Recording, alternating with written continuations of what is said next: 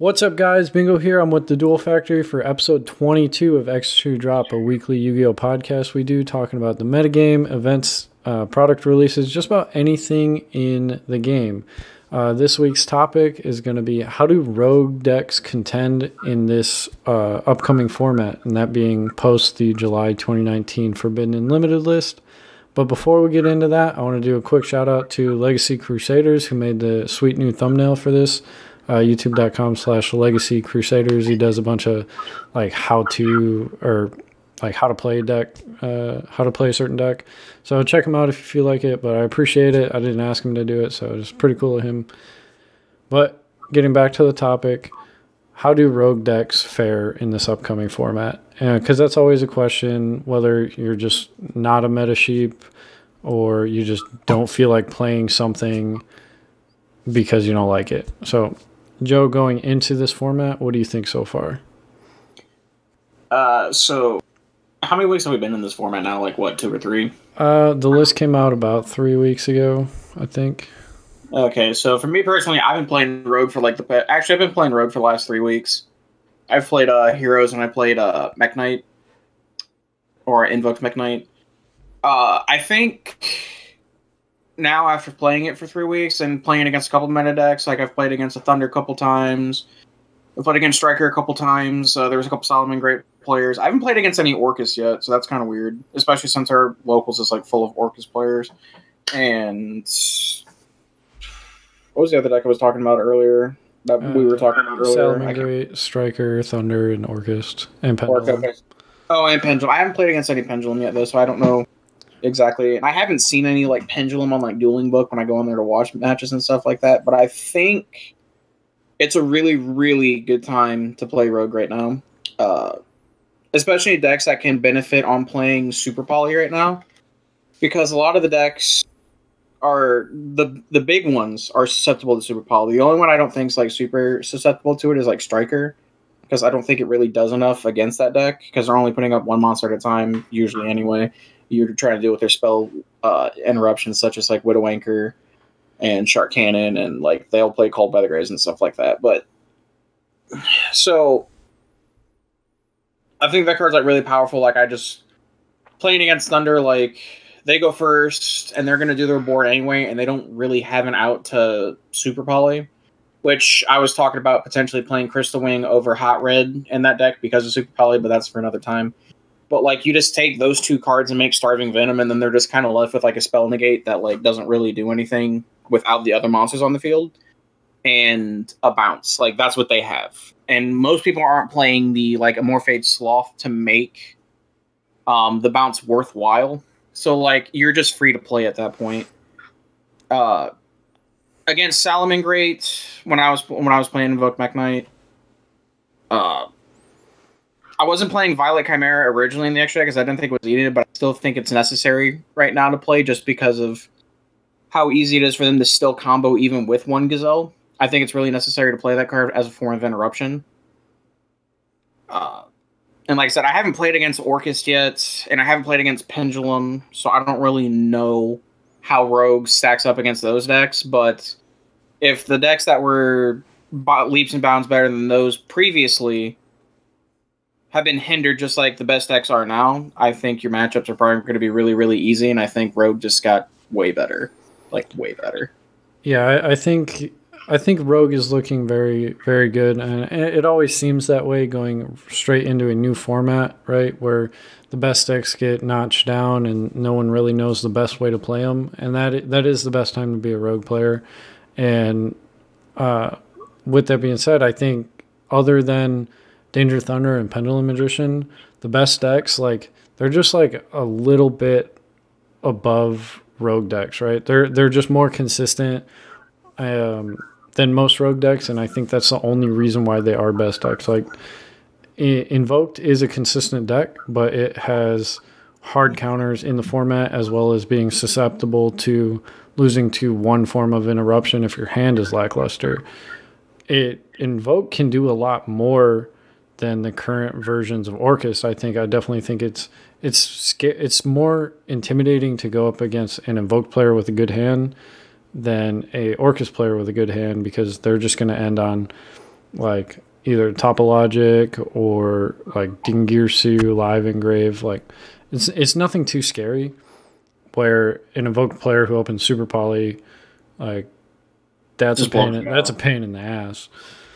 I can agree with you on that, honestly. The one thing why I think Orc is going to be a more viable strategy, though, is because its resiliency to play against hand traps outside of Lancia. Yes. But I mean, go ahead.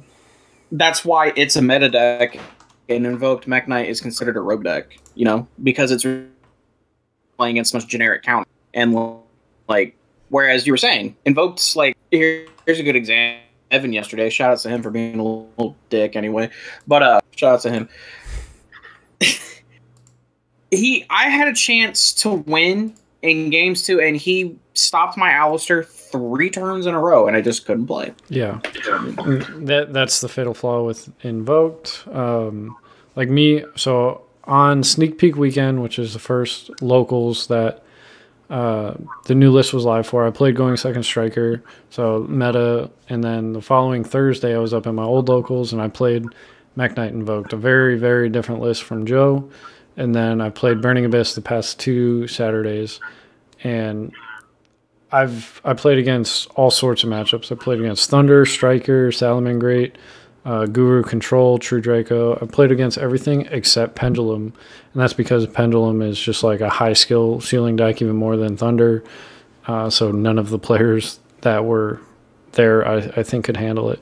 But I never ever felt like I couldn't play. Right, I couldn't overcome whatever was in front of me, and that's me playing a rogue deck. Yeah, I think that's the biggest. I think you hit it right on the head. It's just the biggest thing about this format. Is like in previous formats for Rogue, it just seemed like an insurmountable wall to climb over playing a Rogue deck, especially going second. Like, yeah, your Rogue deck did cool stuff, but like it just wasn't breaking a meta board. Now, since everything's like, it took what 4 lists to get to this point where everything's like super toned down now. But like, except Danger Thunder.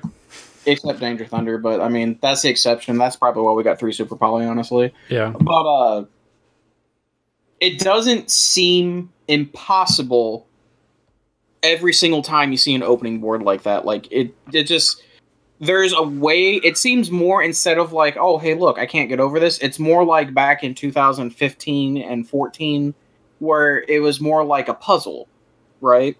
Yeah, how do I play through the interruptions that I know my opponent has and make a follow-up play to put them on the defensive, right? Exactly. Because, so, oh, go ahead. It's not, you're fine, but it's just, it doesn't seem impossible to play anymore or play going second anymore, and that's why I think the big change is. Yeah, because, like, okay, take a couple of formats back, right? You had going second against a Goki board or a Spiral board. We don't go second. A Pendulum board. And it's just like, those were not fun times to be a rogue player because it was legitimately impossible unless you open Exodia, right? You open fucking Ross Fear Mode plus 2 extenders so that you could still play, or like random stuff like that. Now you have to deal with a Salamangreat Roar or a Rage plus an Ash in hand, or like very reasonable things. And if your deck can't do that, then it's not rogue status, and it's more of a fun casual deck. Like Burning Abyss is extremely resilient because of the it's almost, it reminds me a lot of Thunder Dragon because it's just everything's an extender. It's just the monsters you have access to, they're not nearly as powerful as like Levianeer or the Guard Dragon engine, but you can play so many different extenders that it's just like I can do whatever I want, and I feel like I can push through an Ash, a Veiler, a Macabre, like whatever I need to, and I'll still be able to play the game. That's actually one of the reasons I really like you play, especially like BA right now. It's like it's just all gas, right? That's what makes the Danger Thunder deck so good. But like you were saying, like the monsters they make aren't nearly as threatening as like going against a Hot Red or going against a Crystal Wing or 38 or any of those big monsters. But I mean, your deck does cute stuff, and like playing through Beatrice kind of sucks. Yeah, playing like, and that's one thing where Rogue shines is like your opponent not knowing, right? How many players have started playing since Burning Abyss was tier 1? How many players have started playing since Invoke came out? Invoke came out in early 2017. It's late 2019. Like they're 17 or 18-year-olds that like had no idea they liked this game back then. So your opponent not knowing gives you that edge, and as long as you know how to play your deck well, you can get an easy game 1 off of that, and then you can just go into game 3 if you have to.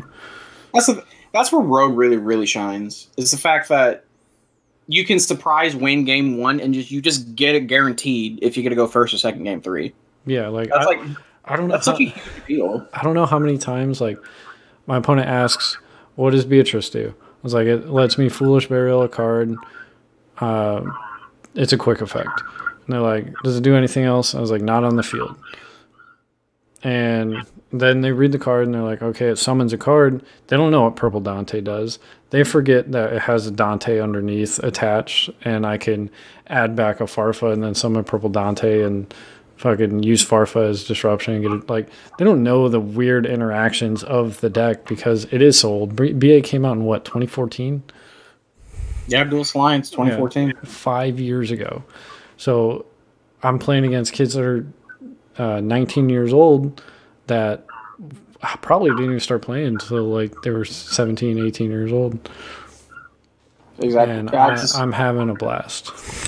Yeah, it's great, especially when you can play older themes like that. But like BAs is never going to die. That's the problem. Yeah, and educated mans. I think I honestly don't think they'll ever get any love from the ban list because multiple Beatrice is not okay. And multiple graph and multiple graph and Seer are just not okay. So, I remember sitting there back in 2015 having to play against BA players, and you have to keep track of how many Seers they've gone through and find a way to break the Dante Seer loop, because that was actually just annoying. Yeah, like if you could follow up mill and then mill another graph and another Seer, like it just seems unfair. Like looking at it now, and I can't believe I didn't get to play in the format where you could legitimately mill graph Seer Scarm, right? Yeah, I remember the days. You make the first Dante and that first Dante mill, and you just look at it. The first two are graphs here.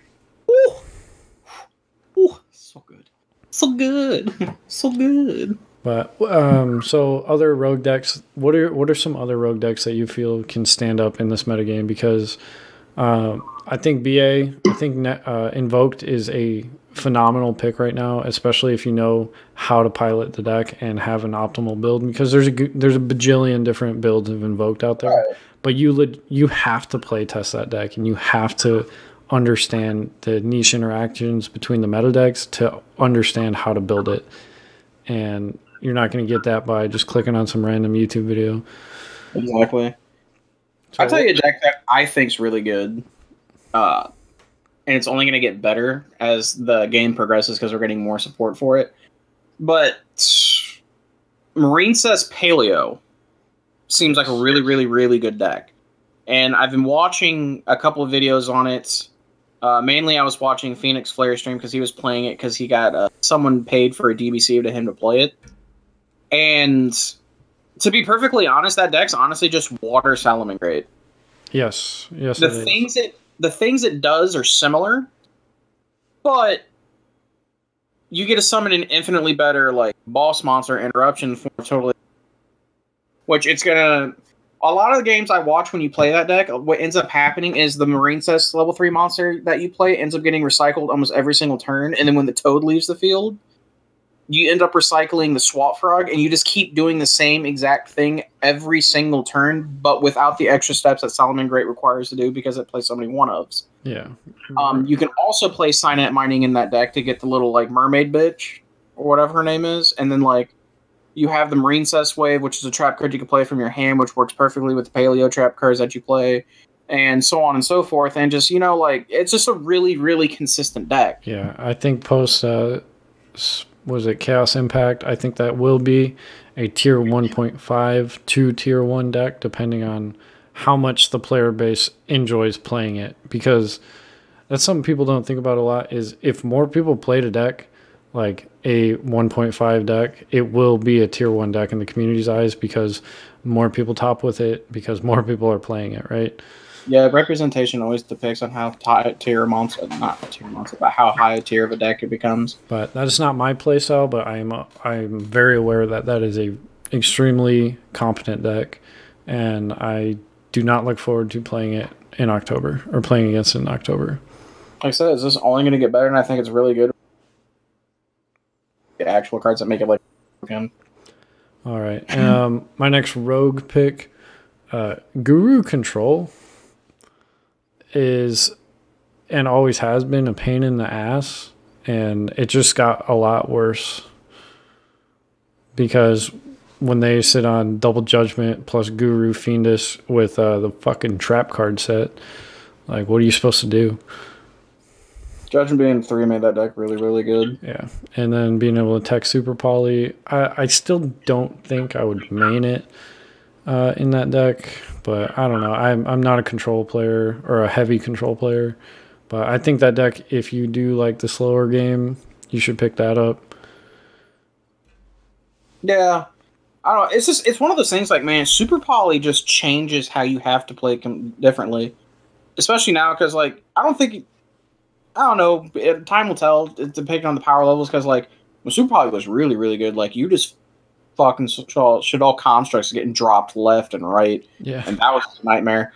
But, like, now it's like we have, like, infinitely more generic fusion monsters that can be used with Super Poly. Yeah, and I think that's what makes it really, really scary right now. We have fucking obviously Mud Dragon, Starving Venom, Predaplant, Dragostabelio, Salamangreat, Violet Chimera. We got fucking Diplex Chimera, which a lot of people don't know about. It's just 2 link monsters. Then we got that Guard Dragon fusion. That's not relevant now, but it could be if the right deck comes out. I think it's 3 monsters with different names. No, that's I think it's 3 link monsters.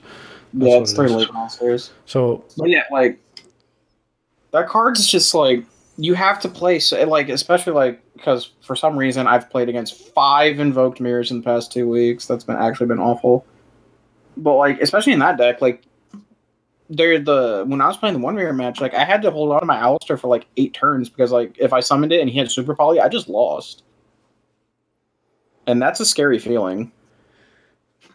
Oh, my next rogue deck is this is probably definitely not a potential meta contender, but if you played enough and you actually know what you're doing, like, Magical Musketeers is an extremely fun deck to play, and I think it just got a lot better after the ban list. That deck actually got really scary now I think about it. Can it, like, in 1 link monster go, like, +6? Yeah, so you can if you let's say you have the trap card that lets you link summon on your opponent's turn, just for this scenario, and they set 5 and pass, and you link summon in the end phase, you can summon 5 muskets from your deck. That's insane. And when it's summoned, it search it. If they have monsters on, you can either search spell and trap with different names based on the number of monsters they have, or summon muskets with different names based on the number of spell and traps they have. So it opens up a lot of, because before the deck was normal summon, I hope to God nothing happens to this monster, or else every card in my hand's dead. But now, even if it gets Veilered or Impermanence, you still have a follow-up. Your cards are still live. Because, I mean, the cards they have access to being fucking Trident, Effect Veiler on Crack, and Solemn Judgment, or Spell and Trap Negate Counter Trap from the hand, like, that's pretty scary. And you can just loop those over and over again with Doc and Starfire summoning more monsters from the deck. Like, The deck can actually swarm now, which before it was normal summon. Hopefully I get to Ties of the Brethren, maybe. So that's my next pick. Magical Musketeers are gonna be lit. It's just a cool deck. It's just like it has such a being able to go like zero card economy to like 5 in an instant, like, bro. Yeah, and they got that new trap card. I think it was 2 sets ago. Crooked Crown. It's like double summon on crack because it's a trap card, yes, but it's a continuous, and you can special summon a musket from your hand during the main phase. So you just throw that bitch on the field, and you just get a free monster for no reason, and it doesn't go away. It's gonna be great. I'm trying to next pick. Let's see. I've already talked about Invoke. I've already talked about Marine Says Paleo deck. I've talked about Hero before, but like I said, we're still waiting on support for that. I'm trying to think if there's another deck that I was thinking about playing the other day. What about Dinos? See, Dinos is one of those decks, right? So there's like, I don't know, infinite ways to play it because you have the True King build, you have the Thunder build, you have Shaw build, you have the Pure, like, you have all these ways to play it, right? And then all these decks do super similar. They make really big monsters and make really boards, or they excel at going second and just killing you for playing the game, right? Yeah. That deck is just like, and then like it can do a lot of insane little niche interactions, like Oviraptor or Fossil Dig. Either one of those, like those are 1-card id the War Chalice Justice are, and like we all know that leads like super insane combos, and like it's just a really high ceiling. The problem with it though is like you can open like so disgustingly bad that it almost doesn't make it worth playing the deck. Like, for example, the True King deck build, like you could open just like multiple diagrams, all True Kings, your tuner monsters, whatever, and just not a single copy of Oviraptor, and you're just gonna sit there and hate yourself the entire time. Like you could play the Shadal build going second and open every copy of Shadal Fusion and play against a deck like Subterra that doesn't summon an extra deck monster, and you're not going to be able to play because you opened all big dinosaurs in your hand. Yeah. And I think like the Dino engine, it's weird. It mixes really well with other engines, but unlike Invoked, where you mix it with the Mech Knights and it never seems to conflict, like in Dinos, if you open too much of one engine, you're just sitting there looking at your fucking cards, despite how pretty they are. Yeah, it's one of those things that like, this is why I don't think the deck itself is going to be able to compete with other rogue decks, is because it can't do anything without a supplementing engine. And like, you need other cards to go with Dino cards to make them broken. Like, Double Evolution Pill becomes really broken when paired with Thunder cards. True King Dinos, like Baby Sarasaurus, gets really broken when paired with a suitable True King, and so on and so forth. And like, it's not a standalone deck, and that's the biggest problem. Let's just get Lithosagem to 1 and we'll be good. Oh, that'd be insane. I feel like that would fix a lot of the breaking problems the deck has. Because like, when you open a True King and no fire, and you're just sitting there, but if you have your fucking Earth guy, it'll always be live. But anyways, I just don't think there's an optimal build, because people are trying...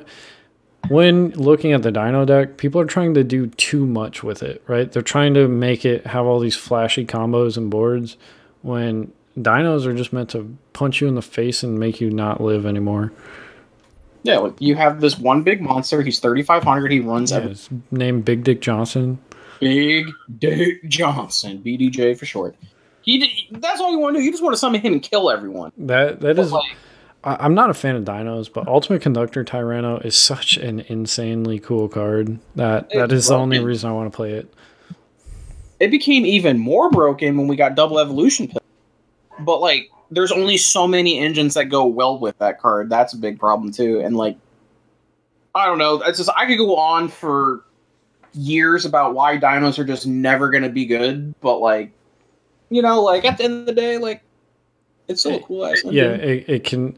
At the end of the day, the deck can compete on a rogue level, like 100. Like, there's no question. You will steal games that you should not win, just because your cards are in a vacuum. They're so strong, and when they work, they're better than your opponent's cards. It's just sometimes they just don't mix well, and you're just sitting there looking at a house made out of fucking bricks. In the form of cardboard. So what are some decks you think that are under Rogue status, but people want to be a viable strategy? All right, so there's always going to be some form of Shadal. That deck has Infinite Love, but it doesn't have the necessary cards. I don't think that even if that deck had 3 Construct, it just needs more. It needs another support card because it got screwed by Link Vrains Pack 1. It got screwed by what? Because you cut out really bad. By Link Vrains Pack 1. Like, El Shadal Construct just sucks. Yeah, that card just... Sorry. It needs something to supplement it because all the engines that would go good with it all got kind of, like, neutered because of Master Rule 4. But, like, it's just one of those decks that, like, people are always going to keep trying, and a lot of people are playing the Invoked build just because, like, they just want to do it that way. Yeah, they just want to play Shadal cards because they're cool. Exactly. They're just fun to play. I'm trying to think of another deck. Necros. Yep. Necros it's despite how much I want it to be there, and despite, you know, the love for the deck and the fan base, without multiple Unicorn, that deck cannot contend on a long tournament like standing. Right? You're gonna pull off Vanity's combo, you're gonna trish a couple of people, but by round 4, your deck is just gonna run out of gas. This is upsetting because that deck just keeps getting like indirect support, right? Like, you got all the incantations, you got Extravagance, cards like Evenly Matched that make going second infinitely better, so on and so forth. You have Called by the Grave, which helps and hurts the deck. Like, you just got all these cards that indirectly support your deck. And, like, it's still just to the point where it's just below, like, being a consistently seen rogue strategy. Yeah, it's like... Because the deck does not gain enough advantage, right? It's just all... Like, that Necros was always that way, but it was from an era where that was fine. Consistency beat everything else, and that is just where we're at. So I think Trickstar is another one that's just now after the ban list with 1 light stage, 1 terraforming. Trickstar is just basically unplayable as a pure deck. That deck lost 3 copies of its Candina without actually ever touching Candina. Yeah. And, like, that just made it, like... Because that was one of the big appealing things. It was a 1-card...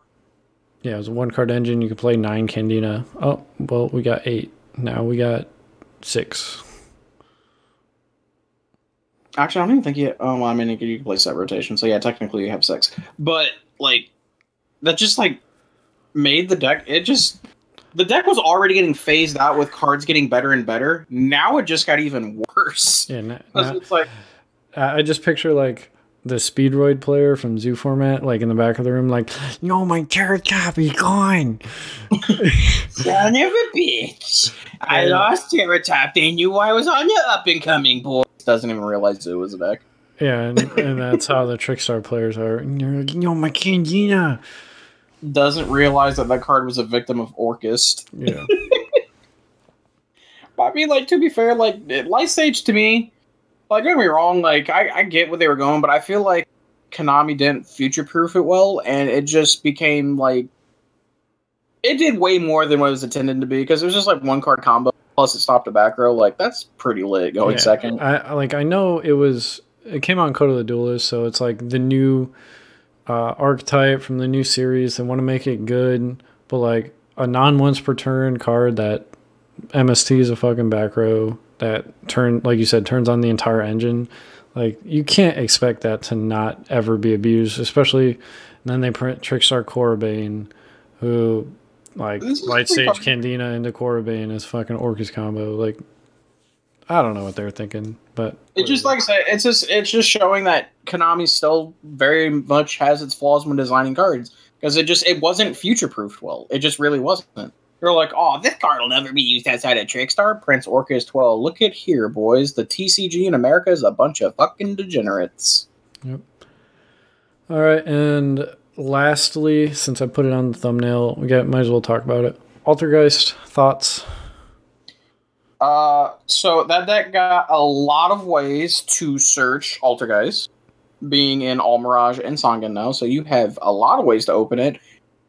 But it only has one multi-faker, and the deck, again, was being phased out by time by just other better decks. Yeah. So, like, I'm not saying it's in a worse position, but it's definitely in a very less appealing situation, considering your win con went from 3 main deck copies to 1 main deck copy. Sure, you have infinite more ways to search it, but at the end of the day, it's at 1 copy, and once it leaves the field and gets called by the grave, the deck is not going to play it.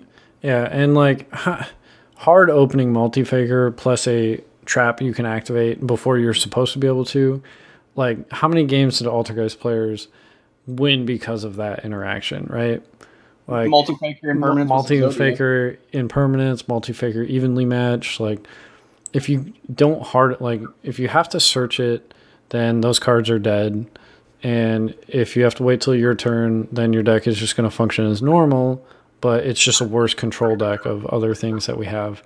If the support that they got in the past 3 months wasn't just straight ass, then maybe I'd be talking a little bit differently. But I think if you're a fan of the deck, keep playing it, but just don't take it to a regional unless you want to go X2 and drop. You're just going to get bodied. It's just going to be a bad. Yeah. But guys, if you have enjoyed this video, I'll let Joe do his closing comments before I sign off.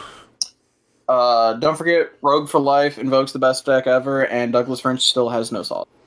All right, guys, you've heard it here first. So that has been episode 22 of X2 Drop. The podcast goes up every Monday at 8 o'clock on iTunes and Google Play, and 10 a.m. on YouTube on my channel and the Duel Factory's channel. So youtube.com/bingohd and youtube.com/the Duel Factory. Joe, you got anything else? I'm gay. Peace out, bitches. Okay, bye.